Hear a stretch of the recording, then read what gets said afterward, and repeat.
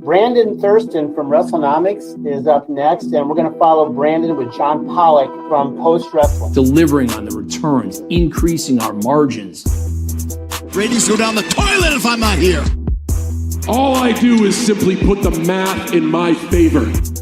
We agree that Brandon and John do good work. The reason is simple wrestling economics. I've been told the Netflix numbers. I've been told the metrics a little bit, probably 5 different times. I still don't get it. There were respectable wrestling journalists who needed answers.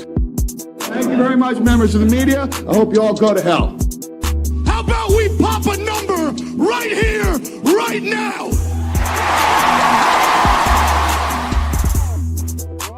Whole part of the show, man. Here we are with another edition of Pollock and Thurston. It is John Pollock, joined as always by Brandon Thurston, and we are in the throes of a polar vortex here in Toronto. We are here in the aftermath of some 50 some odd centimeters of snow that descended upon Toronto. WWE not batting, not even blinking as they roared into town and put 15,000 people in the Scotiabank Arena despite all of this snow. How are you doing, Brandon? It's terrible out there. It's not snowing at the moment. It's very cold. It's very cold in my home at this time. And I had to park like around the corner, like 2 blocks away, because there are parking spots available, but some of them are just buried in several inches. I use inches here in the United States of snow, and it's bad. Yeah, my car was there was just the outline of a vehicle that I presumed for 2 days my vehicle was underneath this snow. Like literally could not see any of it. I had to use a shovel to uncover my car. So it is still there. I can report back. But we have a big show coming up for you. Boy, a lot to tackle on this show. Let us just say that, Brandon, we've been doing this show, about 3 years now. But this was I think early 2023 is when we started. And you know what? When you and I sat down, we said, I think we can do something great here. We can make some magic. And I remember Brandon saying, John, it's all well and good that we do this weekly show, but we haven't truly made it until we have been cited in a McMahon filed complaint. And we finally made it over the past week. The podcast of choice when it comes to representation for one Vince McMahon. Yeah. Do you think that we are on his favorites list? Do you think that he is downloading the weekly editions of Pollock and Thurston, listening to our insight? One can only hope. But his attorneys are listening, I guess. It's not just a footnote. And we did have I pointed out to you there was some lawsuit recently. Jack Wannen's report and post. What was that about? Remind me. I do remember seeing this, and I can't remember what the case was. I think that was the class action. Was that the class action against WWE? That's the class action ESPN app lawsuit. But yes, this is we are mentioned in the main text. Yes, of the Ringboy latest filing. Yeah, we'll get to that later on because Vince and Linda McMahon have filed their oppositions to the continued pseudonyms being utilized by the Ring Boys. We'll go through both of their oppositions a little later on. We're also going to talk about week 2 of TNA Impact on AMC. How well did their audience hold up the week after that roaring success that was week 1 on their new broadcaster? We'll talk a little bit about Triller. What a trilling 10K that they finally released. I mean, better late than never. They are now caught up to the end of 2024, so we only have a year more to go until Triller is up to date on their filings. Yeah, I suppose we'll get if they continue to get up to date, maybe there'll be we have now our 2023 and 2024 numbers that have inspired some creative math experiments I've heard. But we do have that information. Maybe we'll get the 2025 data eventually as well. As I always say with publicly traded companies, always best when your filings are at least up to the current U.S. administration. That's always a good rule, right? Yeah, if you want people to be able to buy your stock, yes. But we are going to be starting off with what other than the WWE's return to Saudi Arabia. Less than a month ago, in a parking lot in Riyadh, Saudi Arabia, WWE started building a stadium for this Saturday's Royal Rumble. And this is what it looks like today. Riyadh Season Stadium at KFD. The King Abdullah Financial District is the backdrop for the Royal Rumble this Saturday. Those were the words that opened up Monday Night Raw this past week. That even caught your attention, Brandon. And this was. I even went back. I pulled up Netflix. Like, where on the broadcast was that? Because I watched like I scanned through the first 15 minutes or so. Eventually, this was literally the first thing. This was the first thing right off the opening signature. I could not find it, but that could be a me problem. I don't know. Okay. I grabbed this right off of Netflix just now, so okay. It is still there. So it is. Okay. But there, the sounds of Lincoln Park that take us into the Royal Rumble this Saturday in Riyadh, Saudi Arabia. I am surprised they didn't go with the average Royal Rumble as the title. This is a 30-man Rumble that we're going to see, 2 of them. But this can't be the greatest, right? By pure volume, the typical Royal Rumble. The typical Royal Rumble. I think that which is I think better. I mean, I would think probably not a typical payment for this. Maybe the greatest payment, in fact, for this event. Why don't they just call it as such? The greatest Royal Rumble payment. Yes, there is. That is worth looking at because this year they will be having 3 shows in Saudi Arabia. And it does beg the question, like, is this, it's just the going rate of a roughly $50 million fee? Does the Royal Rumble bring with it any additional cost? Like, does it set Saudi Arabia back anymore? And how do you sit down and start that negotiation if you wanted more for the Royal Rumble? Like, you're getting $50 million. It's like, you know what, we got to go 65 for a Royal Rumble. Well, TKO did note that they put out a press release this morning saying they are going to have their full year 2025 earnings report, I believe on February 25th. A Wednesday night.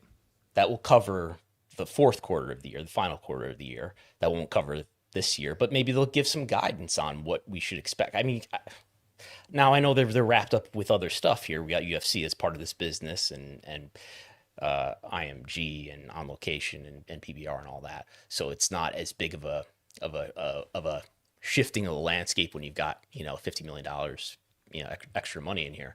But I would be curious, if this is if this is double the typical Saudi PLE, which I could see being the case, it'd be nice to have some guidance about that. So you know what to expect in the financial, when the Q1 earnings report comes out. Well, we wanted to focus today's discussion on the construction of this stadium that was promoted by Michael Cole on Monday. These images have been circulating throughout the month, and people have been watching this. I mean, basically on January 5th, this is pretty much the site. Like, this was just an empty land for this makeshift stadium to be built for the Royal Rumble. And within a month, with time to spare, they have crafted this large stadium that should be full on Saturday. And I think that naturally brings about the questions. And is this where SmackDown is going to be too? Yes. Okay. Yes. 2 nights on the stadium. You bet you might as well get your all that bang for your buck for get 2 shows out of this rather than just the one on Saturday. But yes, so we wanted to look at sort of the overall system that is in place in Saudi Arabia, because there are lots of these buildings that go up, and a natural topic that accompanies this are the workers that are employed to construct these. And Brandon, you have gone to some exceptional lengths this week. You have reached out to many entities and received a number of responses as well. So we want to give this as sort of like a primer on a lot of the actions and policies that are in place, some of the reforms that have come out over the past years, how those reforms have been viewed and received, the transparency when it comes to especially the utilization of migrant workers that are quite often the ones that are tasked with carrying out these construction projects. And Saudi Arabia is a part of the world that utilizes in excess of 13 million migrant workers. And this is under the veil of something called the kafala system. And to explain what the kafala system is, we are going to lean here on several organizations. One is walkfree.org, which is an international human rights group that is focused on the eradication of modern slavery. They define it that under the kafala system, employers and recruiters threaten migrant workers with the potential loss of their visa to keep them in poor working conditions. Some migrant workers in Saudi Arabia are forced to continue working past the end of their contracts when their employers refuse to grant exit permission or pay the exit fee. Workers who do leave risk being reported for the crime of absconding, leaving them undocumented and vulnerable to arrest, detention, often for extended periods of time in overcrowded and unsanitary conditions, and deportation from Saudi Arabia. And so a lot of these workers, like these grants are handed out, and it is private companies that will enlist workers from neighboring countries that will come in, and it is under this visa system that for a significant period of its history, they controlled these visas, and thus creating this immediate power imbalance that you have over your workforce that are put into these dehumanizing conditions at times when you look at the conditions of which they're working under. And some of the pushback to this has led to several reforms over the years, going back to 2020 when they were introduced. But this is still something that is at odds with a lot of these watchdog groups that are still paying attention and speaking to people on the ground that are still going through these systems, and how transparent the reforms are actually being reported and what actions are being put to actual execution.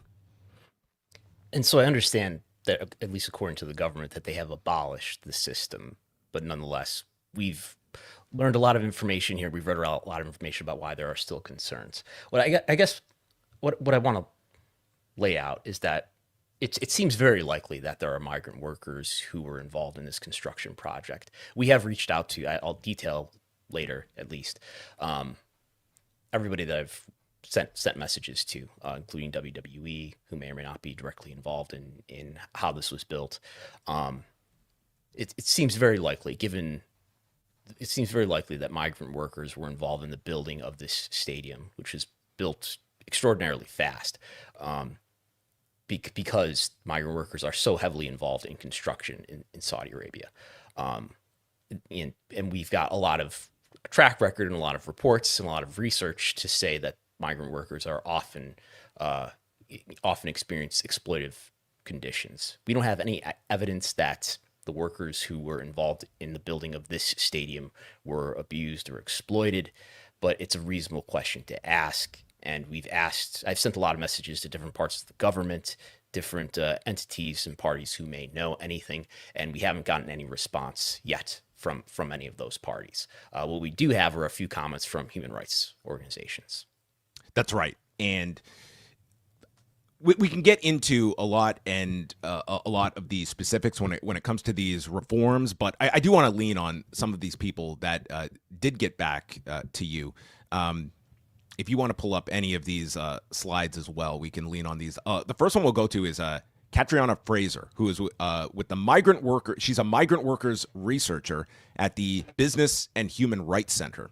And she responded stating that migrant workers in Saudi Arabia face severe human rights risks, particularly in construction, where tight project deadlines, high levels of subcontracting, and pay-when-paid policies drive down working conditions. Alarmingly, Saudi Arabia was one of the countries where we recorded the highest number of allegations of abuse impacting migrant construction workers in 2025, with workers dying at work, experiencing months of wage theft, paying extortionate recruitment fees, and returning home with kidney failure after working in extreme heat.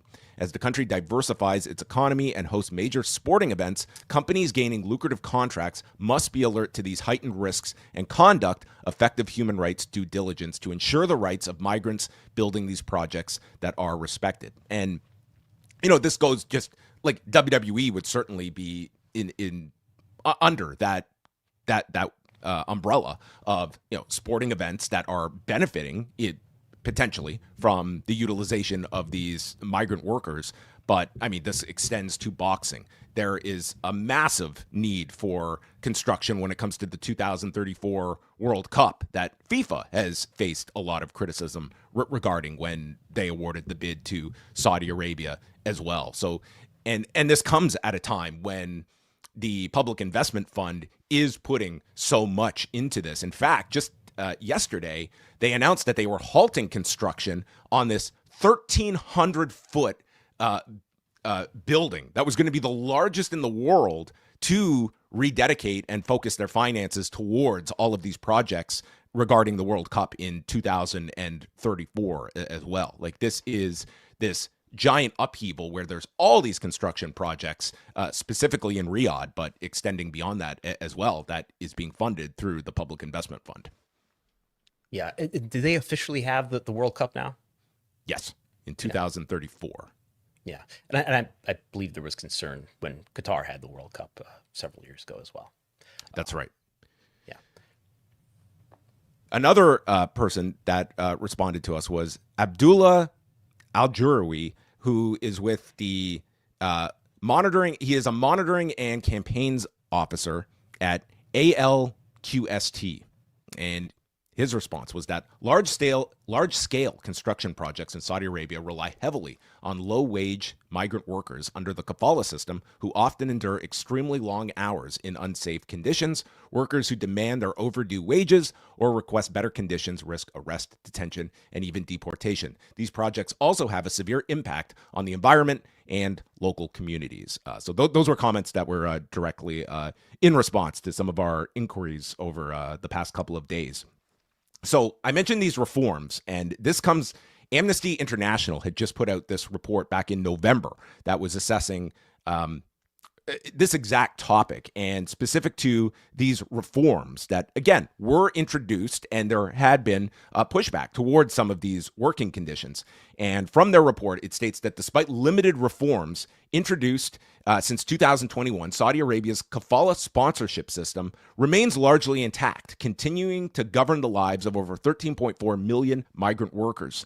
The system binds foreign workers to their employer, who acts as their official sponsor from the moment they enter the country and throughout their employment. To enter and be able to work in the country, migrant workers still need their employer to sponsor their visa and issue and renew their residence permit. Employees can retain excessive control over workers' legal status, job mobility, and ability to leave the country, making them highly vulnerable to abuse, exploitation, and forced labor. It effectively absolves the state of responsibility for protecting workers' rights and reinforces a deeply unequal power dynamic.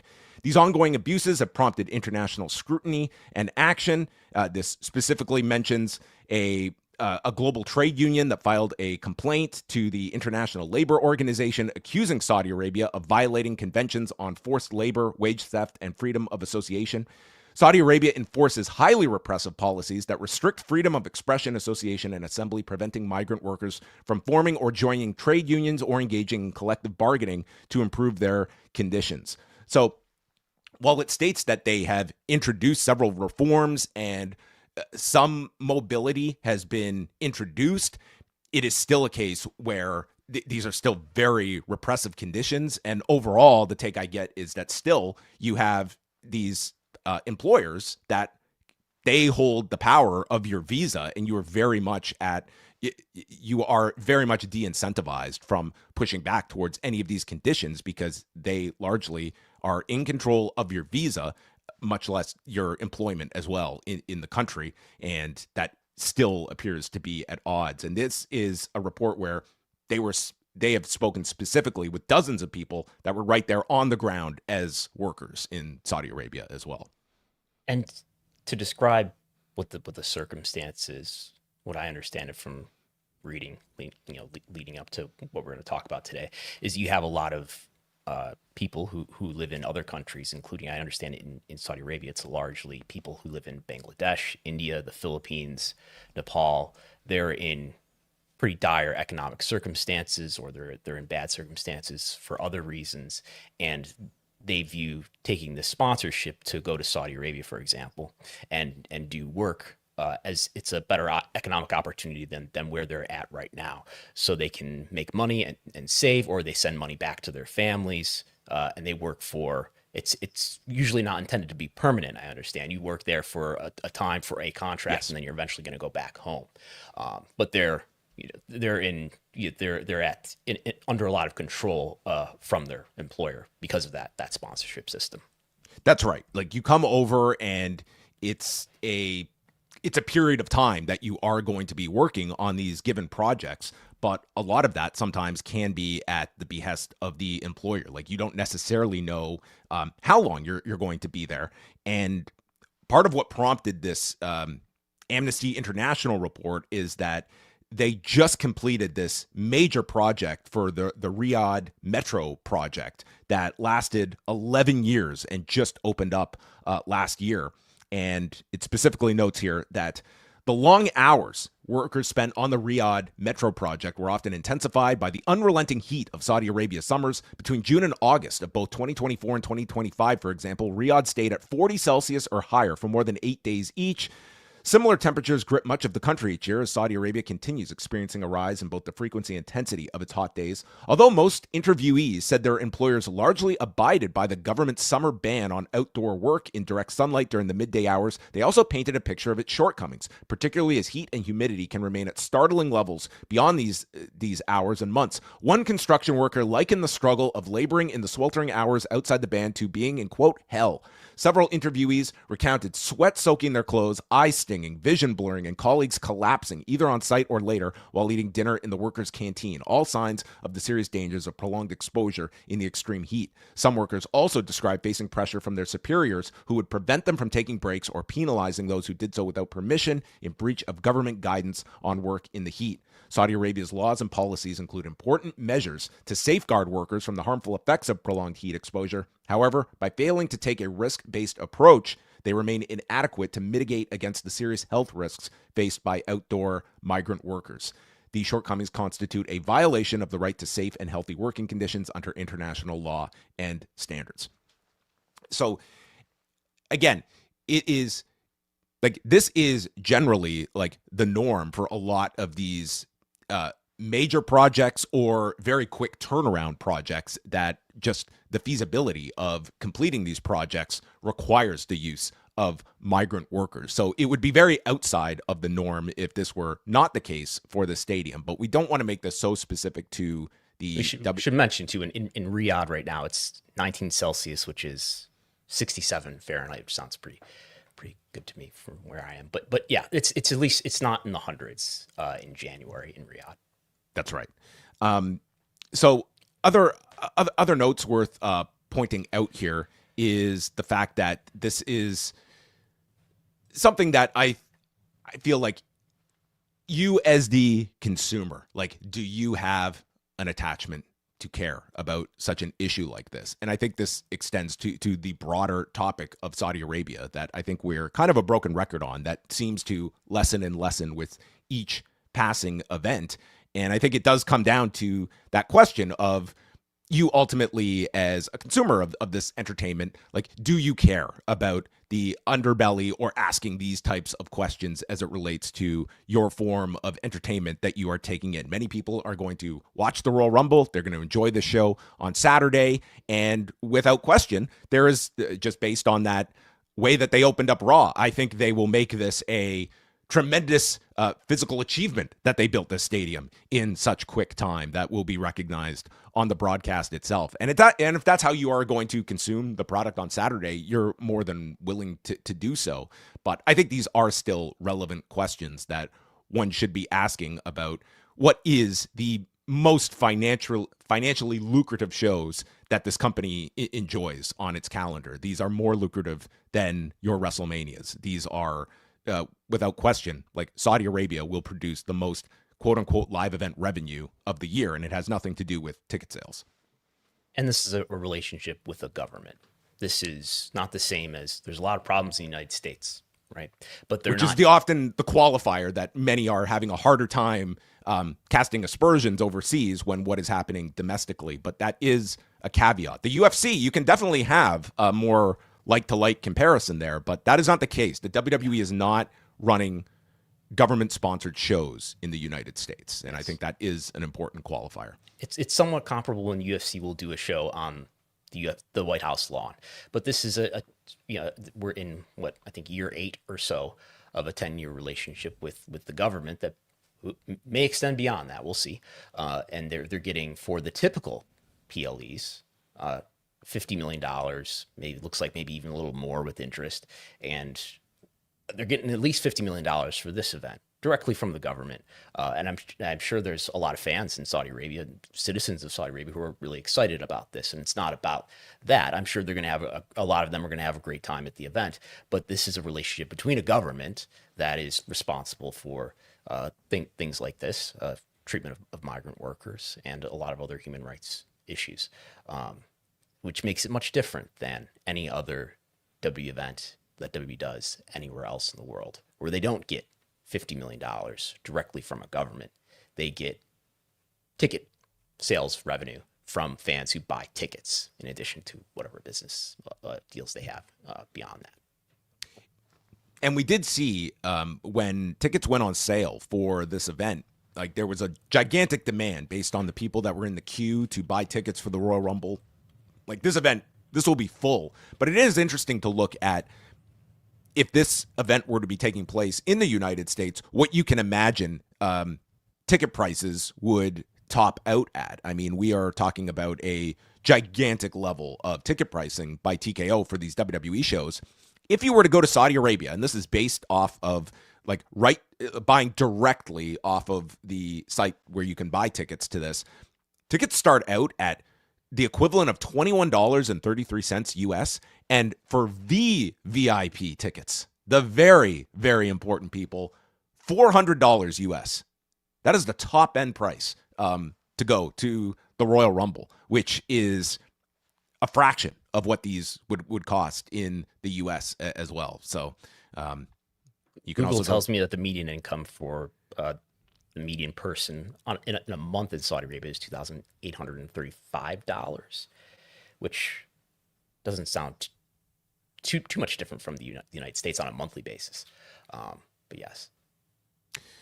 So I think it is also worth noting here. Again, this is from walkfree.org, and regarding how Saudi Arabia is combating modern slavery, it states here that Saudi Arabia is among countries taking the most action to respond to modern slavery in the Arab states region. However, this performance did not translate at the global level, with no Arab states countries demonstrating among the strongest responses. Since 2018, Saudi Arabia has made notable improvements in its efforts to support survivors to exit and remain out of slavery. For example, Saudi Arabia launched an awareness campaign on how to identify and report modern slavery, and in March of 2020 launched a new national referral mechanism to handle and refer trafficking cases. Saudi Arabia also joined Bahrain as the only other country in the region to distribute national victim identification guidelines to all first responders. However, government shelters to support survivors reportedly only accept female domestic workers, and trafficking victims may be left at embassies rather than referred to shelters. In 2021, all 105 victims identified and referred to services by NGOs were female.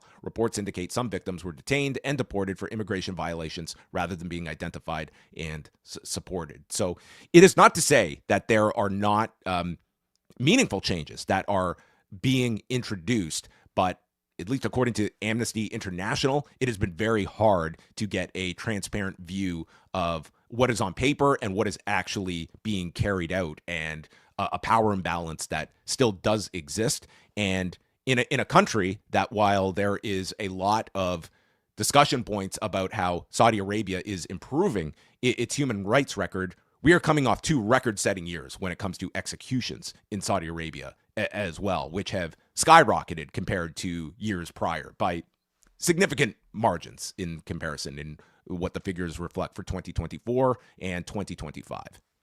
Yes. And we did get a comment from Amnesty International just as we were going to air here too. And, we only have comments from these organizations that look after human rights worldwide and in this country. I wish we had some response from people in the government or people who are in charge of this project. I did ask a number of these organizations who's in charge of this construction project, so we could try to reach out to them. So I did send requests for comment to all these organizations that people who are watching in video can see on the screen. So it's the General Entertainment Authority, the Ministry of Human Resources and Social Development, which is a government organization, the Royal Commission for Riyadh City, the Riyadh Municipality, the Saudi Embassy in the U.S., the Philippine Embassy in Saudi Arabia, the Migrant Workers Office of Eastern Region Operations in Saudi Arabia, the Migrant Workers Office in Riyadh, the Saudi Human Rights Commission, and WWE and TKO as well. And none of those organizations responded. Some of them did refer me to others, but they didn't respond with any meaningful information that can help our understanding of this. And as Brandon mentioned, we did hear from Ella Knight, who is with Amnesty International USA, and she responded to us that in Saudi Arabia, migrant workers, including construction workers, building these kinds of projects, which Brandon did specifically note, like the event that we are focused on, continue to be subjected to systemic human rights abuses such as wage theft, excessive working hours, appalling living conditions, and hazardous working environments, including work in the searing heat. Underpinning such abuse is the kafala sponsorship system, which continues to severely limit foreign workers' ability to change jobs and leave the country freely. Despite changes in recent years, the system leaves them heavily dependent on the goodwill of their employers for their legal status and livelihoods, directly enabling forced labor practices. And goes on to mention some of the findings that we cited in their report about the Riyadh Metro project that was completed last year, and the overall construction sector that is highlighted in a lot of their findings as well. I wanted to also, this kind of does dovetail on a bit of what we had just discussed, but I thought this was worth bringing up. So Wei and I do a monthly mailbag show, and we did get this question that is coming up, and I thought it kind of fits more into this discussion. So I want to read you this, Brandon, and get some of your thoughts. This is from a user named Evan, who says, seeing the discourse surrounding the announcement of WrestleMania in Saudi Arabia and previously CM Punk going to Saudi Arabia, I wish to pose a good faith question. At what point do we think it is no longer right for us to criticize foreign governments? I ask this because I'll tell you what that point isn't. The point clearly isn't when our government rounds up people without due process and sends them to a concentration camp in El Salvador. The point clearly isn't when our government builds a concentration camp in hot Florida summer and calls it Alligator Alcatraz, and the government officials post dancing videos about it on TikTok. The point isn't when we threaten media companies to cancel their license until they fire their late-night host. Please don't feel like I'm lecturing. I'm grappling with these questions myself. I'm a staunch liberal. I was a very vocal critic of Saudi Arabia for their treatment of migrants and Jamal Khashoggi's murder for many years. But given everything that our government has done, I personally feel like I'm done criticizing anybody until we get ours in order. And I know that John recently made the point on Pollock and Thurston that Saudi Arabia is washing its image by overpaying WWE, and the American local governments giving comparatively nominal sites to WWE aren't the same. That's because the U.S. government has had a good 70-year head start on washing its image over the rest of the world. So I don't know if you have any, we kind of did address this. I do think there is a difference between the U.S. and Saudi Arabia when it comes to WWE and who it is in business with. It's a government partnership. It's a government partnership. The events in the U.S., just about anywhere else in the world, there are some events where they're getting site fees from the local U.S. government, the local municipality. I mean, that's at best a few $1 million to promote tourism. I guess you could frame that as propaganda to some extent, but this is of a much different scale. This is $50 million twice a year. Could be a lot more for Royal Rumble. Could be a lot more for WrestleMania. And I think there's a big difference. The comparison of this is like the North Korea shows in 1995, where they went to an authoritarian government and partnered with that government and got paid a lot. I'm talking about Collision in Korea with WCW and New Japan in 1995. UFC on the White House lawn. I don't know if they're going to get paid for it, but it's kind of beside the point. But you're going to be doing something that is by default propaganda to a large extent, and that's much different than. I think it's just not the right comparison to make. You can be critical of authoritarian governments, and it's even if you live in a country that is becoming an increasingly authoritarian like government. I can't imagine one that comes to mind for me. You can still be critical of that government and then be critical of this relationship that WWE has with an authoritarian monarchy that has a history of human rights abuses, even as your own country may be devolving into having a worse human rights record. Yeah, I'm never an advocate of just, throwing your hands in the air and saying everything's awful. Like, how can we? I think you can hold two thoughts at once, and I think you can be. Believe me, the UFC is going to, maybe not within its core fan base, they're going to receive a ton of criticism in the lead up to this White House event, which is largely like a whitewashing effort. I mean, that is what that event is going to be in June, and they will receive a lot of complaints. There has literally been reports on how ICE is specifically getting advertising towards certain entities, including in front of UFC fans for recruitment purposes. Like, that stuff is under fire, and I don't think anyone is turning a blind eye to that either. But I think at the core of this is that, again, ask yourself, why are these shows earning WWE so much? What is the value that this government sees in WWE? And ultimately, if you are going to be able to reap the rewards of this, I don't think that can also come with a, hey, it's a different country. We can't answer for the things that this government does when we are ultimately benefiting and in business with this government. And I think that, quite frankly, it's a very small amount that are still focused on these issues when it comes to Saudi Arabia. This is a deal that is not ending. It is not one that is slowing down. It is only getting bigger. They have reached a level now where, there will be some gripes that they're taking a WrestleMania there, but this is just accepted. This is where we go multiple times per year. And it's, most people are tired by this topic, but that is sort of the point of what this is designed to be, that we're playing the long game here, and this is going to be extremely lucrative for us. And I think that to just ignore all of these aspects of the deal is to kind of exploit what the exact purpose of this was from the beginning.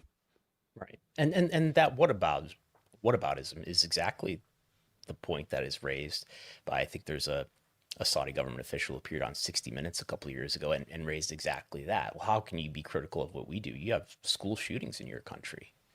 And we heard Jonathan Kraft of the New England Patriots, who are going to another Super Bowl.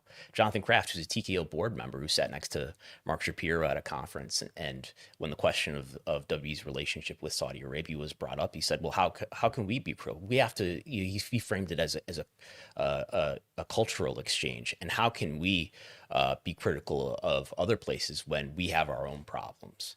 And it's a total false equivalency. You have a relationship with a government that's paying you $50 million. That's paying you essentially, we don't know what WrestleMania did last year, but it probably did somewhere in the range of $50 million in ticket sales. That's giving you a WrestleMania worth of cash every time you go there, twice a year at least. And that is a relationship with a government. WWE doesn't have such a relationship. Maybe UFC does to some extent and deserves similar scrutiny for that. But WWE doesn't have a relationship like that where it's doing a United States season and presenting a message to the rest of the world about how this country is a normal place where people can go to entertainment events and things seem pretty normal. So what's the big deal? That's exactly what the price tag of $50 million has on it, is that this event on Saturday, Royal Rumble, will be broadcast around the world on Netflix, on ESPN, and people will, it'll to an extent glorify and normalize Saudi Arabia's government.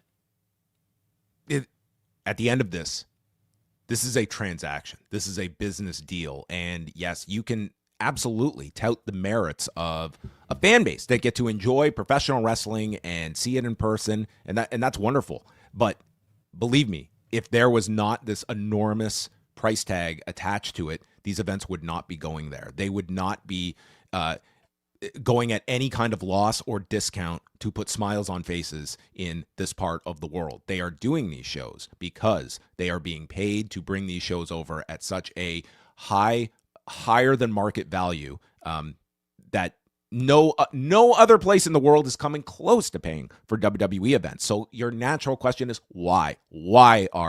Is this government spending so much? Is the government more? making it back on the ticket sales at the ticket prices that you just mentioned? I can't do the sticker math off the top of my head, but let's say $400. Every single person in that venue got VIP tickets. I don't think it's coming close to $50 million.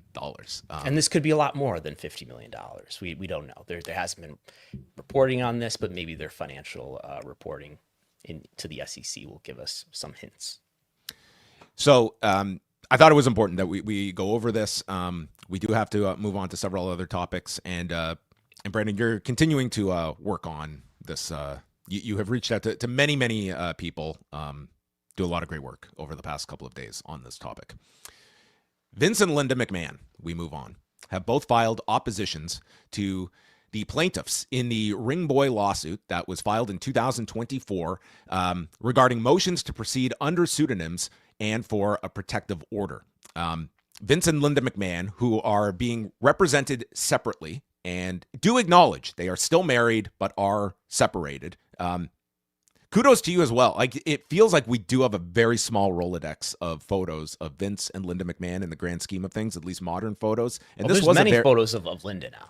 There are more of Linda. You're right, but yes, Vince. I mean, of Linda.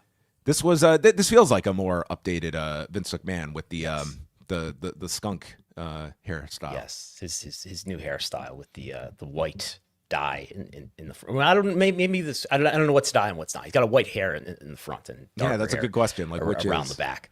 But yes, I feel like you have to get images of people in their current state as much as possible, rather than we've got a lot. I don't need to see Vince in that neck brace anymore from outside the courthouse in 1994. So in Vince's complaint, he is, I mean, largely these, while filed separately, they are very much in concert with one another. And it is important to kind of separate Vince and Linda McMahon's opposition from WWE and TKO that have not taken a position in this case. They are not filing to reveal the identities. They haven't taken a position on the matter. So this is specific to Vince and Linda McMahon. But in Vince's argument, they argue that the defendants are going to suffer extreme prejudice if the motion is granted for the plaintiffs to continue to be anonymized. It states that plaintiffs are not minors. Allowing them to proceed unnamed will affect discovery and litigation concerns. Fact gathering will be difficult and hinder the defendant's ability to mount a defense. And they are utilizing something called the James factors, which is a precedent from a case where it goes through 5 items of criteria when it comes to whether or not to reveal the name of a party. And one of those is whether the justification asserted by the requesting party is merely to avoid the annoyance and criticism that may attend any litigation or is to preserve privacy in a matter of sensitive and highly personal nature. The second is whether identification poses a risk of retaliatory physical or mental harm to the requesting party. Number 3 is if the ages of the people whose privacy of interest are sought to be protected. Number 4, whether the action is against a governmental or private party. And number 5, the risk of unfairness to the opposing party from allowing an action against it to proceed anonymously.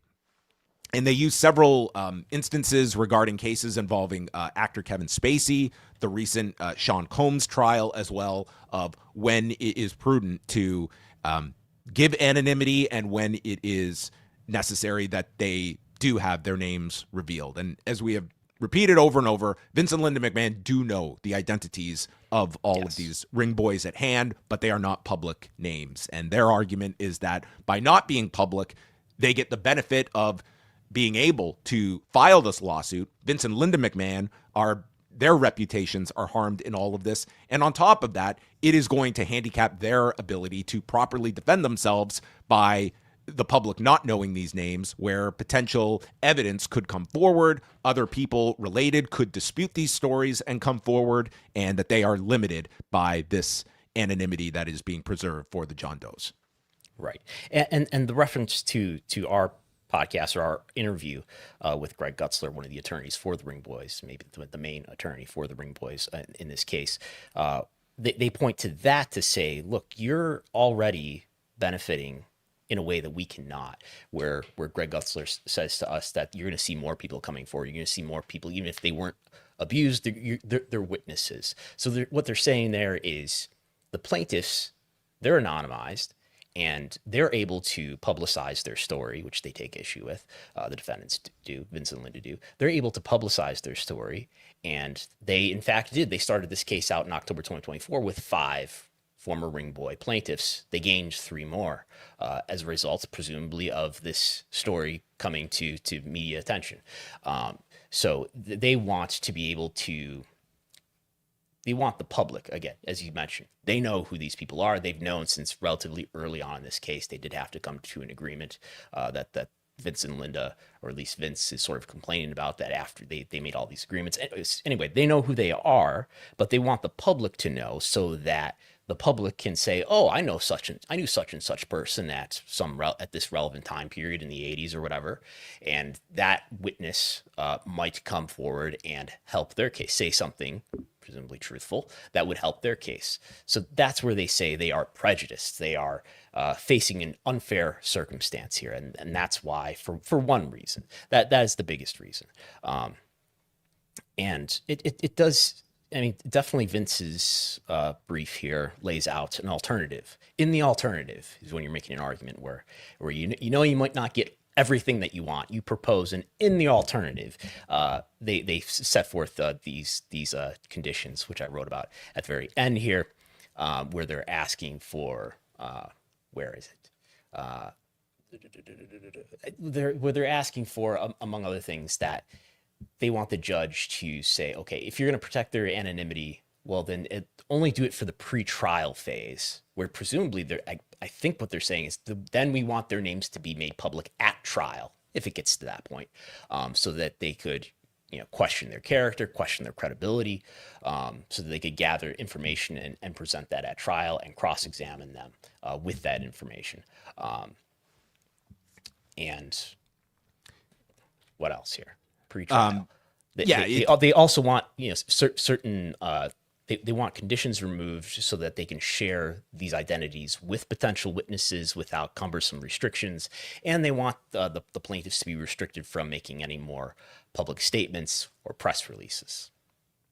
Yeah, Linda's argument, it's pretty similar to Vince McMahon's. She also uses the James factors as a reasoning. And the plaintiffs did as well. Yes. Yes, that was brought up. I mean, they basically state that of the 5 factors, this being Vince and Linda McMahon, that there's really only one that they could cling to. The other 4 would be weighted in their favor if the judge is to rule on this. And what would be a home run argument here is if they were still minors. Obviously, these are all grown men now, mostly in their 50s.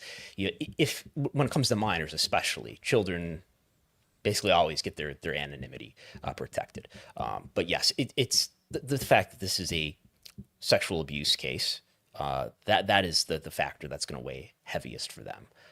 These are not government entities that they're suing, and Vince and Linda raised that this is a high-profile case. These are public figures. We are having our reputations damaged because of this, and their names also should be public for those reasons. Yeah, the argument is raised as well regarding re-traumatization, that just going through with this case is like it. That they're throwing. This is more in Linda's argument as well, that once they decided to participate in the case, they're already going into this, and the idea of having their names publicized shouldn't be any more traumatic than already engaging in this. And I'm somewhat paraphrasing that. She also states that in her motion here that plaintiffs allege that Mel Phillips, Pat Patterson, and or Terry Garvin abused them over the course of multiple years and in multiple states. They allege they were, quote, ring boys, that they attended events and interacted with employees. Certain plaintiffs allege they were harassed or abused in front of others. Plaintiffs presumably will contact any witnesses they believe can corroborate these allegations, but if other witnesses could refute plaintiffs' claims, plaintiffs' anonymity could prevent these witnesses from coming forward. Fairness demands that plaintiffs litigate this case under their real names. They make serious and damaging accusations accusations against Ms. McMahon, who must defend herself not only in this court, but also in the court of public opinion. As this high-profile case proceeds to discovery, one-sided anonymity would hinder fact-finding and unduly prejudice Ms. McMahon. Simply put, plaintiff's interest in anonymity does not outweigh the public's interest in openness and the prejudice that anonymity would pose. So the judge has to ultimately rule on this, and I mean they make the issue around not being able to find witnesses because their anonymity is protected is probably their strongest point. They point to these cases, as you mentioned. There's numerous Diddy cases that they point to here, but they point to these Sean Combs cases and to the one Kevin Spacey case as cases in which the judge ruled that no, anonymity should not be protected here because of various factors. However, these are all Southern District of New York cases, which is in the Second Circuit. This is in Maryland, which is in the Fourth Circuit. So when you're in different circuits, these are the big appeals courts that oversee these lower federal district courts. These are in different circuits, so it's not binding precedent. Whereas if it was binding precedent from the same circuit, the judge would basically have to follow that precedent. But this is still not nothing. It's what's called persuasive precedent, so the judge could consider it. So this is, as many of these cases, in the hands of the judge to at least decide upon this next step in the case. And I mean, what do you make of WWE/TKO, who have the same attorney, not making any move here? They have not filed. This started a couple weeks ago when the plaintiffs filed a motion to continue this anonymity, and now only Vince and Linda have filed to oppose it. The deadline has passed. WWE did not make any opposition.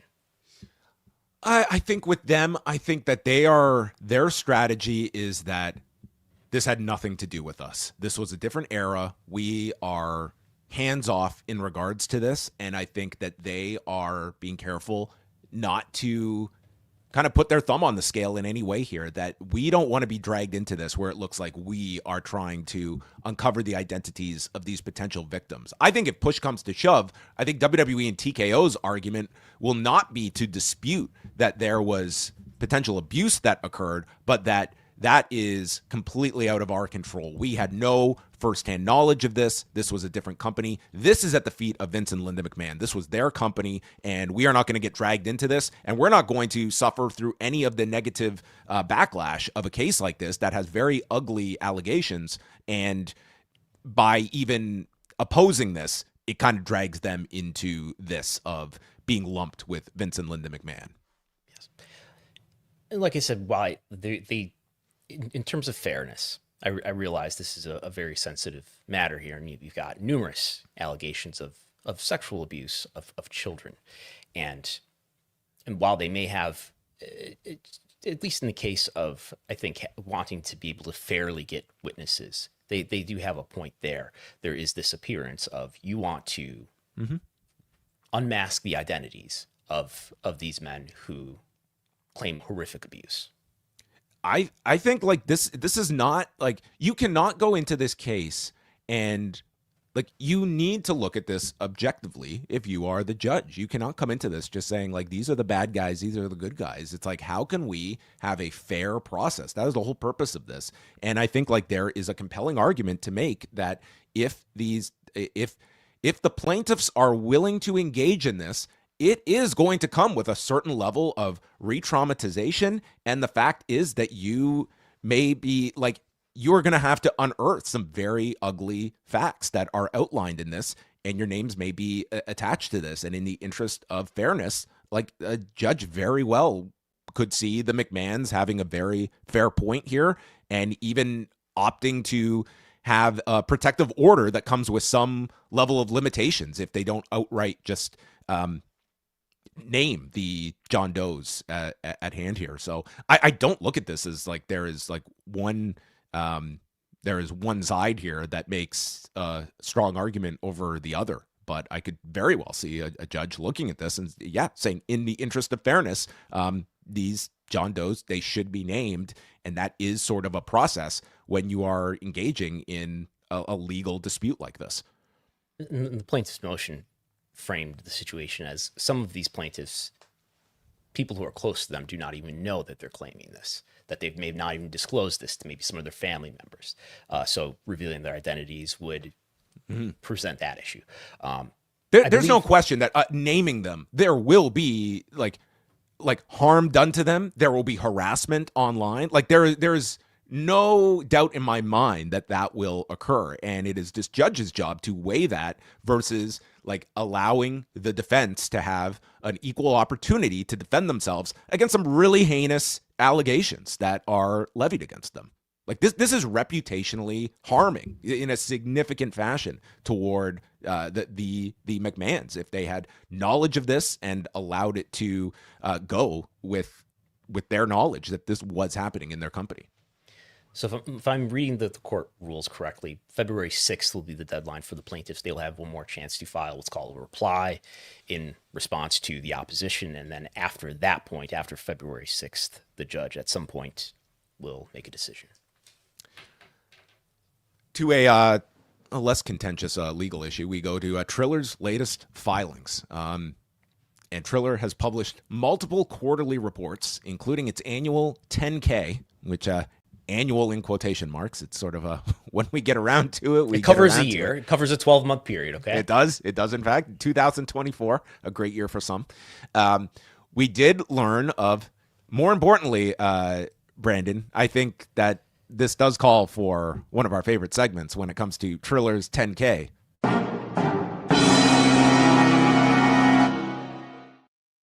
What does this mean for AEW?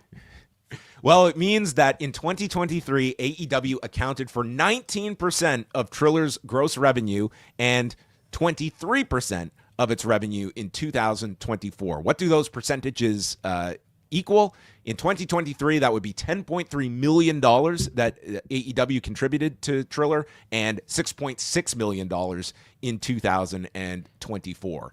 This came as Triller was of course, operates AEW Plus, but for many people, for many years, was the maybe easiest way to buy AEW's pay-per-views. But over time, AEW has added a lot of third-party entities where you can buy these pay-per-views from YouTube, payperview.com, Prime Video, and then this past September, adding HBO Max as well.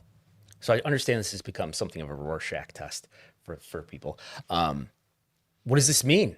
We've got a number in 2023 around $10 million. Then we got another number the next year. Oh man, Moxley isn't a draw. Should I not have voted for Moxley for the Hall of Fame? Is the Triller 10K giving me the idea that the Death Riders tanked? But there were also additional distributors here. That joined the process. I don't think it's safe to try to make any estimates here beyond what we've got in this article, which, by the way, was written by Jason Umperser. First published report at postwrestling.com. Yes, published by the SEC.gov first. This 10K is out there. I don't know what this tells us other than, hey, AEW is a big customer for Triller. This is not just, so remember, Triller is Triller Group. There's a lot of other stuff under it. Triller TV is just one part of it. Now, you still, nonetheless, you got under the entire group. So not just Triller TV, the entire parent company in 2020, what is this, 4? In 2024, right? Yes, respectively. Okay, yes. In 2024, a quarter of their revenue came from AEW. Now, I think if I'm AEW, and look, this company is, maybe it's recovered. The fact that they filed these filings is a good sign for their health. Like they got, accountants and auditors together to actually file this. It's a great sign. Delisted from the NASDAQ. That's moving in the right direction. But if you're AEW, and if this company was in jeopardy, would AEW maybe think about buying this company or doing something to, you wouldn't want to forego that revenue unless there's a strong partnership to replace it with. This is one of your maybe your biggest, I don't know, maybe this is your biggest, international distributor if you put it all together. So it's also probably like sizable revenue that GCW benefits from, like this deal when they took all of their deals going from like a la carte pay-per-views into just part of the Triller TV Plus streaming service as well. Like that was their big, when they launched that service, like Game Changer Wrestling was kind of the big promotion that they were able to land, and that was a big savings for people that were following GCW. I'm sure AEW would love to be in business with Game Changer Wrestling, right? They could change the game potentially if they take over Triller. What they are not taking over is BKFC. And so despite being the majority owner of a bare knuckle fighting championship, basically a 57% equity stake that Triller has, it stated it has lost the control over BKFC and no longer possess power to direct the activities or key decisions. This sounds like a bad storyline. And so it sounds as though they have given up the portion of, like, I guess, voting control. They still have a majority stake in the company, but that does not come with any type of decision making, and basically want BKFC to be deconsolidated from them. So, much like we were talking about the possible ownership that WBD may have of AEW, it sounds like in this case, while Triller may own the majority of the shares, they no longer, if they ever did, maybe it sounds like they did, they no longer have the voting power to control this. And because they're not controlling it, it should not be included in their financial statements, I think is what I think they're getting at here. Well, I'll leave that to an accountant to make sense out of.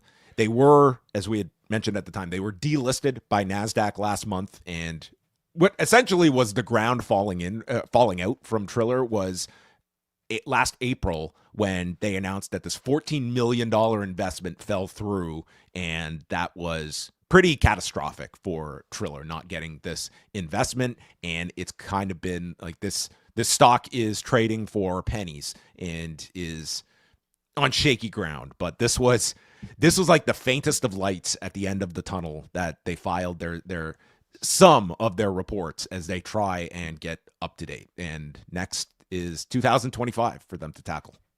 Yes. We have a question that I'll try to answer here, as far as what percentage of Triller's business is Triller TV. And we'll do something really dangerous here. I'll try to put it in an SEC filing on the screen. Now, this is profitability where everybody's negative, right? This is a company that's not profitable, but it's maybe there's opportunity here. But the revenue is somewhere here. If I keep searching through, I had it up a second ago. I think it's back here, right? If I keep going back, I swear I'll find it. Oh, no, I think I lost it. Okay. It's right here. So in 2024, they're reporting sports streaming, which I don't know if that's only Triller TV, but that's presumably it's not social media and it's not financial services, which are the other two segments. So I think we can make a reasonable assumption that is. So you got 4 million out of 27.5. What is that as a percentage? 4 divided by, let's call it, I'll do the actual numbers here. Okay. 4,089 divided by 27, blah, blah, blah. Okay. 15%. 15% of Triller Group. Well, asked and answered. Yeah. I mean, that gives you a sense of the pie that Triller TV is occupying. We got numbers from Paramount Plus this past weekend. All of you that may have been watching UFC 324 on Saturday night, this was the launch of the Paramount era where... I did put it on. I did turn it on the TV. Did you? Oh, okay. I can't say I focused on it very much, but it was on my television. Well, if you got to see some of the ads over top of walkouts or in between what you used to hear the corners instructing their fighters in between rounds, now you get ads over top of it. I mean, and Dana was asked about all the increasing ads on the broadcast and said, "Hey, you're getting this for $8.99. Shut up," was basically the response to all of this. You got to pay for it somehow, even for those of you in Canada that are still spending $80 and you get these ads. So they put out a press release, a rare press release. Paramount Plus today announced a standout debut for UFC 324 held Saturday, January 24th, delivering nearly 5 million streaming views and over 7 million households, the platform's largest exclusive live event to date. UFC 324 also reached more homes than any other live UFC event in nearly a decade across linear, broadcast, and streaming. Source: Adobe Analytics and Nielsen Media. With distribution in the US and Latin America, viewers enjoyed seamless access to UFC 324, now made available as part of their Paramount Plus subscription without an additional pay-per-view cost. 5 million is this that's the number that we're focusing on here. 5 million streaming views and over 7 million households. This is all US? US and Latin America. Okay. Hard to say what that split would be like between US and Latin America then, right? So to put this in some sort of US TV ratings context, I mean, is not easy. Off the top of my head, I would say maybe an 80-20 split in favor of the US. That would be my guess in all of this. I mean, overall, like these were very good numbers for. Now, are we talking about AMA here? Are we talking about average throughout the broadcast? Or are we talking about 7 million households watched some segment of it? We do know this does not include the prelims. This is from 9 p.m. Eastern onward, and just a live average minute audience / streaming views. Okay. 4,960,000 if you scroll below there. Where they break it down there. So there it is. Average minute audience, AMA. Mm-hmm. That's what we like to see. Yeah, you've your request answered by the transparent Paramount. All right. Well, hope they're going to do this for every UFC show now. I'm going to make such a prediction that we will not get a press release next Monday after UFC 325, which is a very low impact show. Is my most polite that I can place it. But hey, maybe ESPN will surprise us and give us the viewing figures for the Royal Rumble, because they're going full tilt on the promotion of the Royal Rumble. They have people in studio. They've got people across all their platforms this week. They're doing a countdown show Friday morning on ESPN2. ESPN is going. This is the hardest they have pushed an event since WrestlePalooza, and maybe is more in line with what Mark Shapiro was hoping for when he recently spoke about the promotion that is significantly above the last number of PLEs on the service. I had a college basketball game on last night on ESPN, and they did it's in the lower.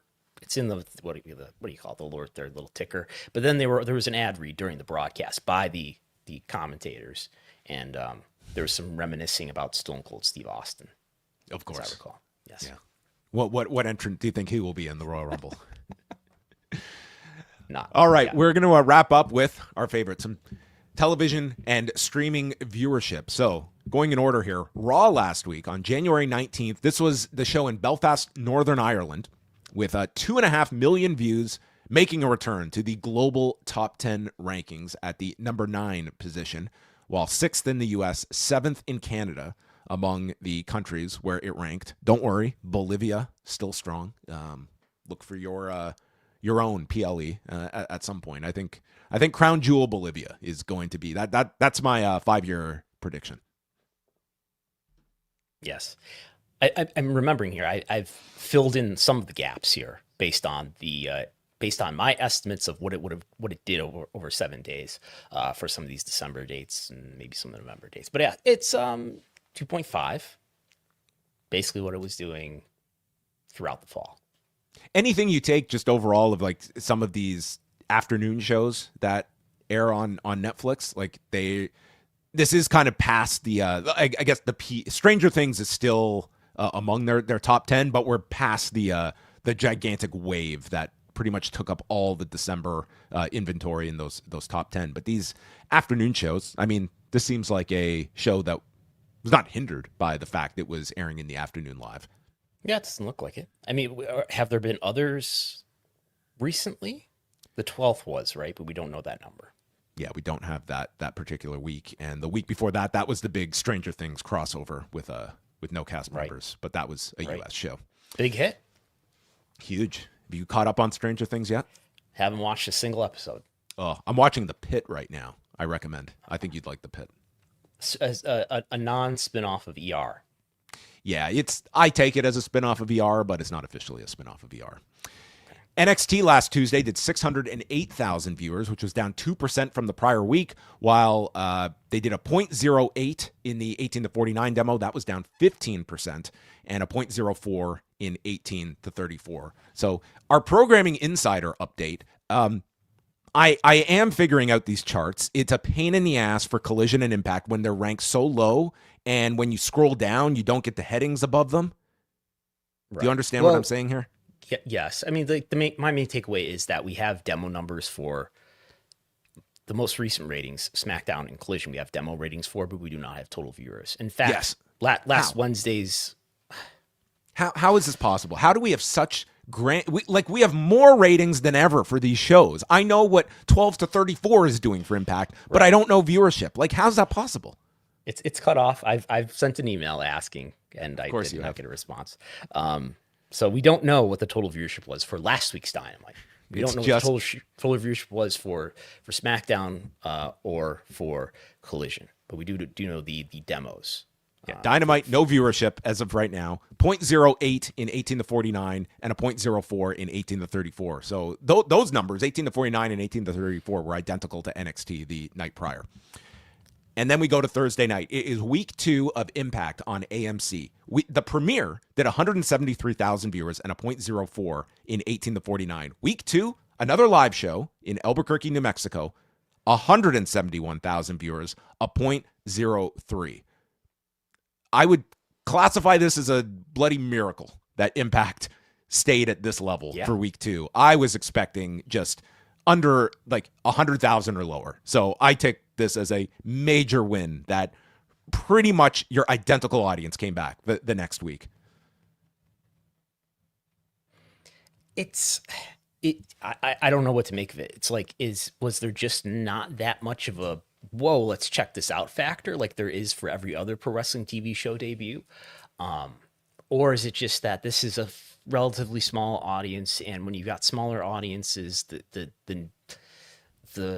week to week gets really volatile because you're dealing with a small sample?